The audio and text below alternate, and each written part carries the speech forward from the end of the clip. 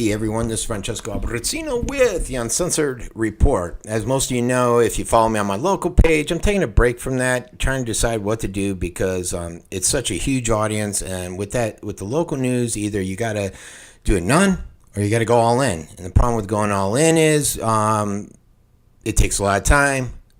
And with no money, because I never advertise and it doesn't appear as anyone's interested in advertising, and minimal donations, it's hard to keep it up, especially when there's nothing, it doesn't benefit you. I love doing national, so here we go on the national. Basically, I'm covering what we call the Civil War that's coming to America. What you see up there is actually what happened in Portland with ICE, which I'll cover in a second. And that was a protest that got a little nasty, okay? And a lot of people, a lot of the major media, and even the independent media are pushing this whole narrative of a coming civil war. And we're not talking where armies clash. We're talking more about where society breaks down, coming at each other. A conflict that many fear will tear the nation apart, the moral fabric of our society, the rising tide of anger, frustration, that we're witnessing in America. And you see it on a daily basis where you have these Americans with different ideologies. I don't think it's a lot of the people on the left or right that are in the middle. It's more these extreme elements on the far left, far right. You know, the far right, these Trump megas who feel that Trump can do no wrong. The far left that feel that Trump can do no right. It's leading to massive protests like you're seeing up there. You're seeing widespread violence like we're seeing on the screen. Smashing things, looting, stealing, killing, all that wonderful stuff that comes when society starts to break down. And a lot of people are starting to wonder, they're starting to opine, is this the coming civil war? Especially with the narrative and how much mainstream media has been pushing it. Even magazines like Bloomberg out there saying that this is the start of a soft civil war, that he or the magazine doesn't know if society can ever free themselves of it. You got individuals, and this one I'm trying to figure out. This is a U.S. Congressman, Stephen King, and he said this on Sunday. Basically, he came out and he said, and this is a quote on a Twitter feed that he had, is that America's heading in the direction of another Harper's Ferry, and after that will come for Sumter. And when a sitting congressman says that, you got to think, what the hell? Is there a coming civil war? Is it time to start paying attention? Or is this guy fear-mongering, if you will? And is society not quite at that breaking point just yet?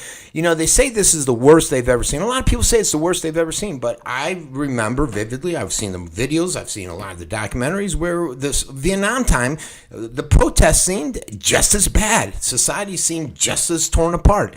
Yet, as a society, we came back together. Now, what King is referring to is this protest that you're seeing up there, because during that protest, they ended up taking the ICE offices and occupying them. They ended up taking down the American flag and putting it up a flag that said refugees welcomed here. And a lot of people were not excited about that. So then a lot of people started saying, where's this coming from? Is it coming from mainstream media pushing that narrative? Is it the extremists that are stoking the flames of hatred out there? Because we're starting to see this violence on a daily basis. I experience it myself when I go to protests just locally, just for interviews. And I'll start to interview them. They'll spit out their narrative, or they'll respond to the question, and I'll just say, well, is that right? And next thing you know, I've been called a Nazi. I have people that get very confrontational with me. I've been told that I should die. And this isn't me spitting out my ideology, which many know is more of a libertarian-leaning type of view. It's me just questioning the narrative that's being pushed out. And I'd hate to see it if I did spit out my ideology. So you got to wonder. Then you get people like this Maxine Waters, and I don't know what's wrong with this lady. What's real interesting is she's got a son that's going up against her, and he's got a lot of people are thinking he might have the potential to overthrow her. One of the main things is I believe he's Spanish American, or is he Indian? But I can't remember. But he lives within that community. The problem with Maxine is she doesn't live in that community. The problem is her, just like many other politicians, be it left or right, is she's become a millionaire.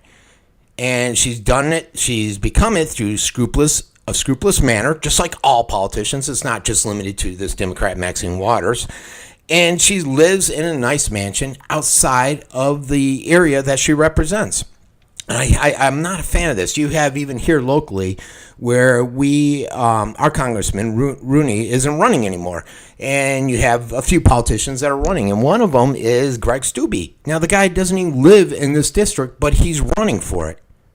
Because we got Vern Buchanan, who's a Republican. He's a sure win for the Republican Party. Nobody wants to challenge him.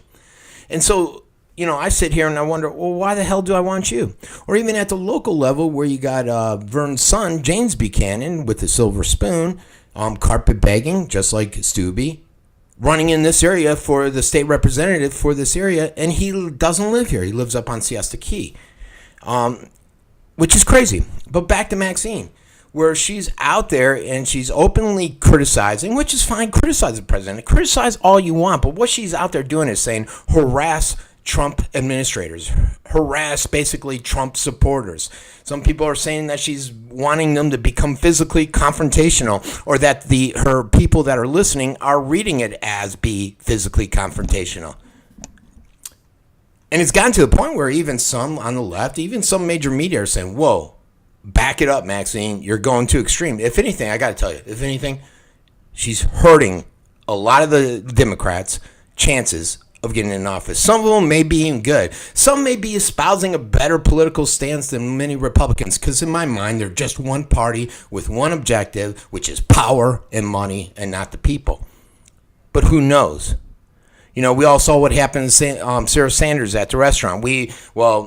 That one was on major media, but stuff like Stephen Miller, I don't know if major media picked that up a lot, where they got wanted posters for him. He's been harassed outside his building. Now, I must say that the right came out and said, well, Waters, what's good for the goose is good for the gander, and they went out to her house and protested. And I don't like this tick for tack stuff, because that's where you get a breakdown, an even worse breakdown of society, and which we don't need.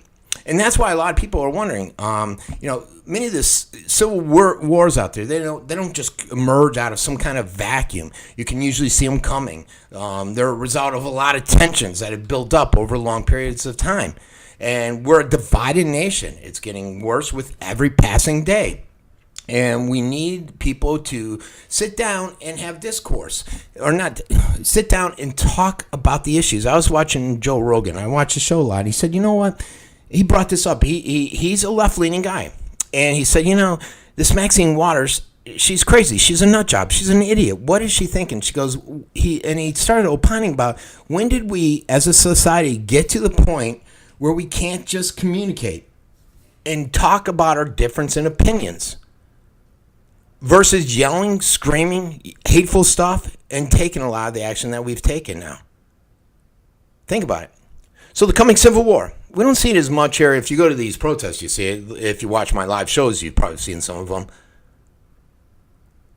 But it doesn't concern you. And can't we? Who said this? The African-American, he was Rodney King. Can't we all just get along?